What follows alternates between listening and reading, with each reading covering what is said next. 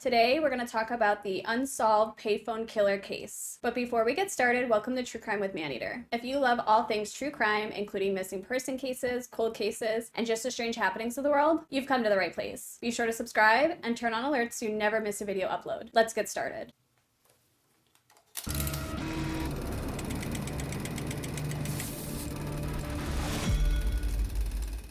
In 1999, Elaine Nix was living in Gainesville, Georgia. She was only 18 years old, but she had big plans. She wanted to become a registered nurse. She wanted to become a registered nurse because she loved to help people, and she figured that was the best way to do it. Although she was only 18 years old, she had a very serious boyfriend named Billy Millwood. And although they were in a very serious relationship, Billy lived about 30 minutes away from her, which doesn't seem like a huge distance, but at that age, it really does feel like it. And because of the distance, they made sure to talk on the phone together every single night. And those phone calls were really so important to Elaine. She really wanted to make sure that she called him every single night because she was madly in love with him. But after a while, the phone bills kept coming in each month and they were over $75. And the family was living on a budget. And Elaine's mother knew this was more than they could afford. So she told Elaine that you can't keep making these phone calls from our house. They're long distance calls and they're charging us a lot of money. And so her mother actually blocked all long distance calling and told Elaine, you're gonna have to figure out a different solution. And Elaine, being the intelligent and strong-willed person that she was, soon realized that she could actually go to a store payphone and make these calls to her boyfriend Billy for only 35 cents. And they could talk as long as they wanted to. So Billy and Elaine quickly developed a routine. She would call him from that payphone at 11 p.m. each night. And they would talk for almost an hour every single night. So the couple would talk on the phone for an hour, and then after the phone call, Elaine would just head home. And it was a system that seemed to be working for the couple. They found a way to not charge up the bill at home, and they still got to talk to each other. So for reference, usually a payphone is outside and you have to stand outside and make your call. So the fact that Elaine was so committed to these phone calls and standing out there in the dark for an hour talking to him says a lot about her love for Billy. But that would all change on the night of September 20th, 1999. It started out as usual. Elaine went to the payphone. Her and Billy had an hour-long conversation where they discussed an upcoming camping trip that they were both really excited to take together. And when the call ended, Billy assumed that Elaine was heading home, except she never made it home that night. Elaine's parents, David and Becky, weren't too worried because Elaine often went to a friend's house and would stay overnight, or to her cousin's house. So it really didn't bother them that she hadn't come home. And remember, this is 1999. They didn't have cell phones in the way that we have cell phones. They weren't connected every second. You'd really have to go to your friend's house and use the landline or use a payphone. But the next morning, Elaine never showed up to collect her paycheck. And apparently Elaine had been waiting to collect her paycheck. She very much needed to be paid. So of course, when her parents realized that she never went to collect her paycheck, they feared something had happened to her. So her parents would make their way to the store that she used the payphone at consistently, and in the parking lot, they found their daughter's Toyota. The driver's window was down, the key was still in the ignition, and her handbag and cigarettes were on the passenger seat. And the only item that was missing was her address book, but Elaine was nowhere to be found. I also want to note her address book was probably missing from her car because she took it to the payphone to make the phone call to her boyfriend, so it was probably on her. Unfortunately, Elaine's mom actually drove her daughter's car back to their home. She didn't realize that obviously this could be a crime scene and to not touch anything. So they reported Elaine missing, but the police department really wasn't too concerned overall about Elaine not coming home. Again, she's an 18-year-old, probably off with her friends, maybe she's at her cousin's, maybe she just went out for a weekend.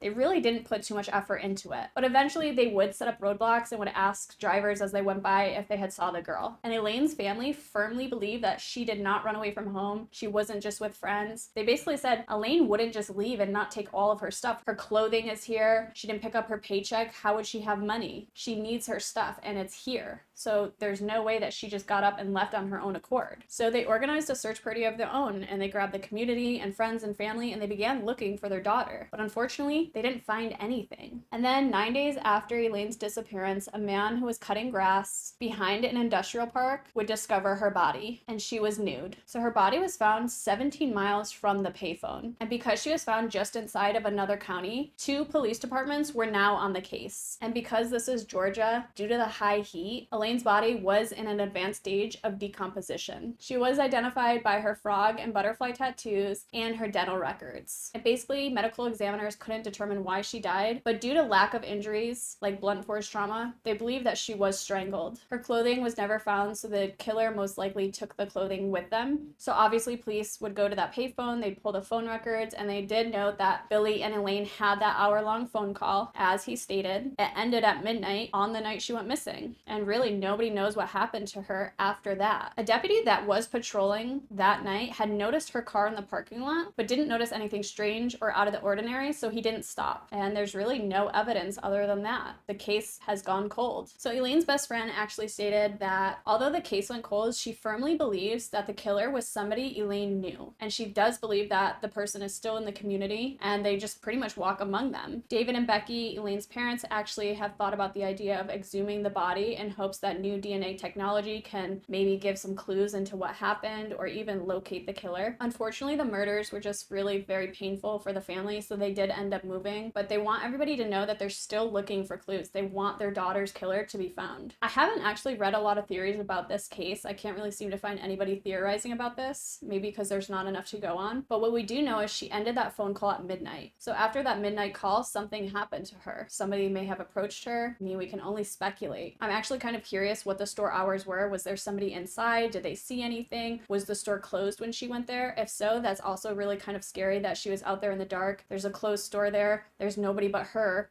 outside at night at 11 p.m. at night talking on a payphone for an hour. So the killer could very well have been watching her as she's talking on the phone. I mean, there's just so many unknowns to this case. I'm very hopeful that maybe some tips will come in or some new evidence will come to light and the killer will be found. That's it for today, guys. If you like this video or any other video on my channel, be sure to subscribe and turn on alerts so you never miss a video upload. If you have a theory about this case, I'd love to know, so pop it in the comments. And if you'd like me to cover a specific case, be sure to also place it in the comments and I'll get to as many of them as possible. See you next time.